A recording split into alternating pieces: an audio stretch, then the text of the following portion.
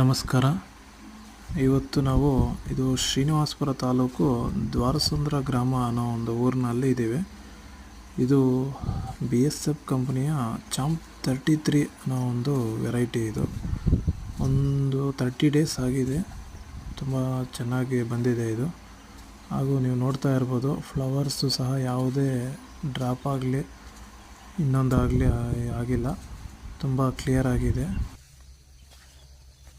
ಇದು ನಾರು ಬಂದುಬಿಟ್ಟು ಕಂಪ್ನಿಯವರು ಸಜೆಸ್ಟ್ ಮಾಡಿದ್ರು ನಮಗೆ.